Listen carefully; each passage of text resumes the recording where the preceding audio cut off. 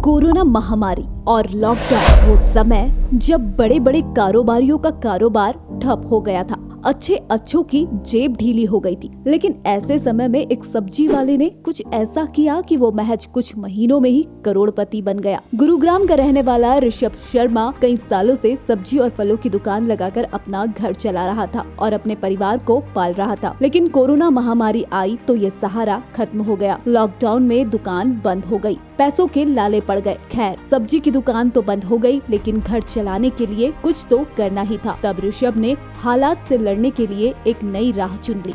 एक ऐसी राह जो उसे पैसों के करीब तो ले गई, लेकिन उस राह का अंत बेहद खतरनाक था। बेरोजगारी के दिनों में ऋषभ अपने एक पुराने दोस्त से मिला। तब उनके शातिर दिमाग में एक ऐसा खतरनाक प्लान बना कि दोनों ने मिलकर कई लोगों को करोड़ों का चूना लगा दिया। दोनों के उस कारनामे को जानकर आप भी दंग रह जाएंगे। दरअसल सबसे पहले दोनों ने मिलकर एक होटल की वेबसाइट तैयार की और होटल को नाम दिया गया मैरियट बॉनवॉय होटल। वेबसाइट में ये होटल एक बेहद आलीशान विदेशी होटल नजर आता था, लेकिन आपको जानकर हैरानी होगी कि ऐसा कोई होटल था ही नहीं। वेबसाइट इतनी अट्रैक्टिव थी कि अच्छा आदमी धोखा खा जाए। यहाँ तक दोनों ने लोगों के साथ धोखाधड़ी करने का पूरा जाल बिछा दिया था। अब बारी लोगों को गुमराह कर इस जाल में फंसाने की थी। कोविड के वक्त ज्यादातर लोग घरों में थे, लोगों की नौकरियां जा चुकी थी। खाली वक्त और पैसों की कमी ने लोगों को सोचने समझने की शक्ति काफी कम कर दी थी। बेरोजगार आदमी को घर बैठे पैसा मिल जाए तो और क्या ही चाहिए। इसने बताया कि ये अगर वो इस होटल की तारीफ में अच्छे रिव्यू लिखेंगे तो उन्हें बदले में 10,000 रुपए मिलेंगे।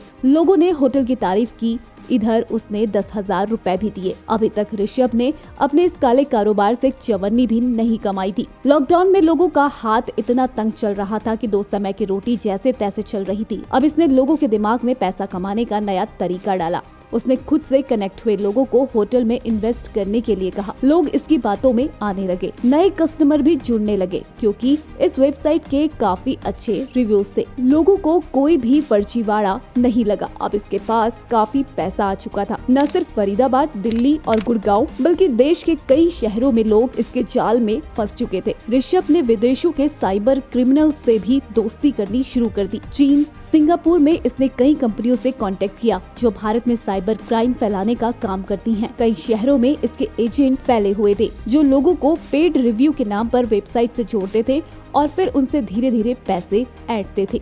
ये पैसा हवाले के जरिए विदेशों तक भी जाता था और ऋषभ के अकाउंट में भी आता था। ये काला कारोबार 3 साल तक चलता रहा। ये वही ऋषभ शर्मा था जो फरीदाबाद की सड़कों पर दिन भर सब्जी बेचता था। अब उसके पास पैसा, ऐशो आराम सब कुछ था, लेकिन कहते हैं ना, काले काम का अंत कभी न कभी जरूर होता है। इसी बीच इसने देहरादून के एक शख्स को भी अपने जाल में इसी तरह फंसाया। ये उस शख्स से 20 लाख रुपए ले चुका था, लेकिन बाद में ये गायब हो गया।